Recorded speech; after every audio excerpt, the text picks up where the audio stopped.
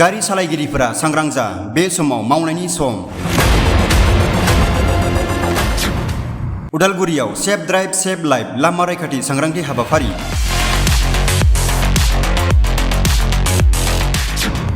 बे बाराव फरायसाफोरनि सिगाङाव उदालगुरि जिल्ला लामा रैखाथि बिफान। गिबियाव नैबे नुथायखौ एसे नोजोर खालाम। थारैनो नोंथांमोना हमदांनो हाबाय जानांगौ बे थुनफावथाया बबेबा हिन्दी सावथुननि नुथाय नङा। बे जादों जौ लोंनानै गारि सालायनायनि उनाव नोंथाङा भुगिनो गोनां जानाय माखासे जाथायफोर। मख'नो गोनांदि उदालगुरि जिल्ला फोरमायलु आरो सुबुं फोनांजाब बिफान जिल्ला लामा रैखाथि आफाद आरो उदालगुरि जिल्ला बेंगिरिनि हेफाजाबाव थांनाय 1 जुन खालारनिफ्रायनो जिल्लानि सिङाव थानाय दाब दाब फरायसालिमाफोराव बे लामा रैखाथि सांग्रांथि बादा लाबोबाय थानायखौ नुनो मोनबोबाय थानाय जादों। थांनाय सानखालिबो भेरगाव फरायसालिमायाव मटर गारि सालायग्राफोरनि सांग्रांथि आयेन आरो नेमखान्थिनि सायाव गारि बिगोमाफोरनिसिम मिथिहोनाय लोगोसे बाहायनाय समफोराव लानो गोनां सांग्रांथिनि सायाव फरायसाफोरखौ लानानै लामा रैखाथि सांग्रांथि बादाया मोनसे मेहेरगोनाङै जानानै थाङो। जाय हाबाफारियाव गाहाय आलासि महरै बाहागो लायो भेरगाव महकुमा बेंगिरि रिंखां मुसाहारि, भेरगाव महकुमा पुलिस मावख'गिरि गाहाय दुर्गा किंकर शर्मा, MVI मनजित दास, उदालगुरि जिल्ला फोरमायलु आरो सुबुं फोनांजाब बिफाननि गाहाय मावख'गिरि बिग्राय मुसाहारि मोनहा।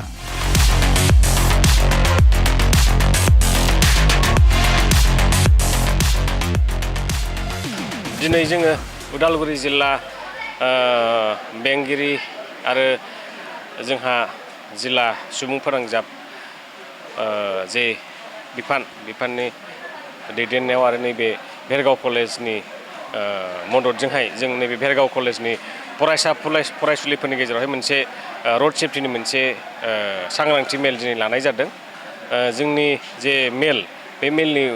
गाहाय थांखियानो जाहैबाय फरायसाफोरनि गेजेरावहाय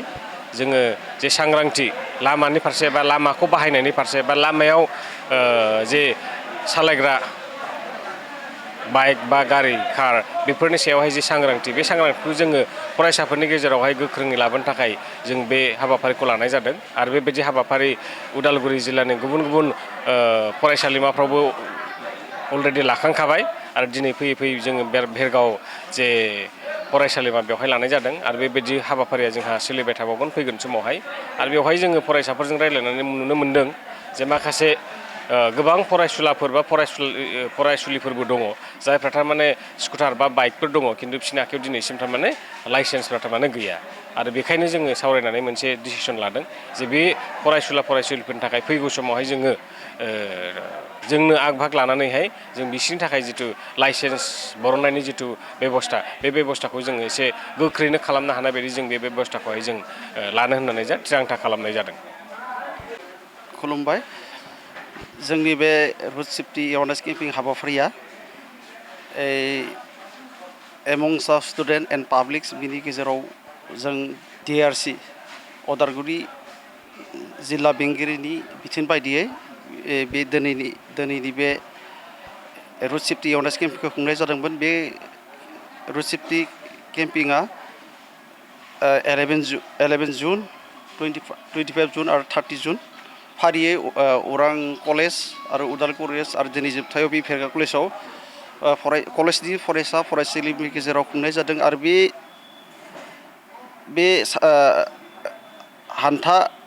बे रुड सेफ्टि एवारनेस केम्पिं खुंनायनि गुबै जाहोनानो जाबाय जाहाथे फरायसालिफोरनि गेजेराव ट्राफिकनि बा DTI रुलफोरखौ बोरै जों मानिना सोलिनांगौ बा बोरै दं दिनैनि बे मिटिंनि गेजेरजों फोरमायना होनाय जादों। बे मिटिङाव एडमिनिस्ट्रेसननिफ्राय अनारेबल SD सारा बाहागो लादोंमोन आरो पुलिस डिपार्टमेन्टनिफ्राय SDPO भेरगाव आरो DTI अफिसनिफ्राय MVI बिथांमोना गासैबो बे लामा रैखाथि सांग्रांथि मेलनि सायाव मोजाङै बुंफुरनानै होदों आरो बे सांग्रांथि मेलाव भेरगाव कलेजनि गोबां फरायसा फरायसुलिफ्रा बाहागो लादोंमोन आरो बे मेलाव गोबां ट्राफिक नेमखान्थिनि मिथियै खोथाफोरखौ बे मिटिंनि गेजेरजों मेसेज होनाय जाबाय आरो फैबाय थानाय दिनावबो जों बेबायदि लामा रैखाथिनि सायाव हाबाफारिखौ लाबाय थागोन। आं बेखौनो बुंनानै आंनि फोजोबनाय जाबाय ৰেচপেক্টেড চিফ গেষ্ট ছাৰ আৰু বেলেগ বেলেগ ডিপাৰ্টমেণ্টছৰ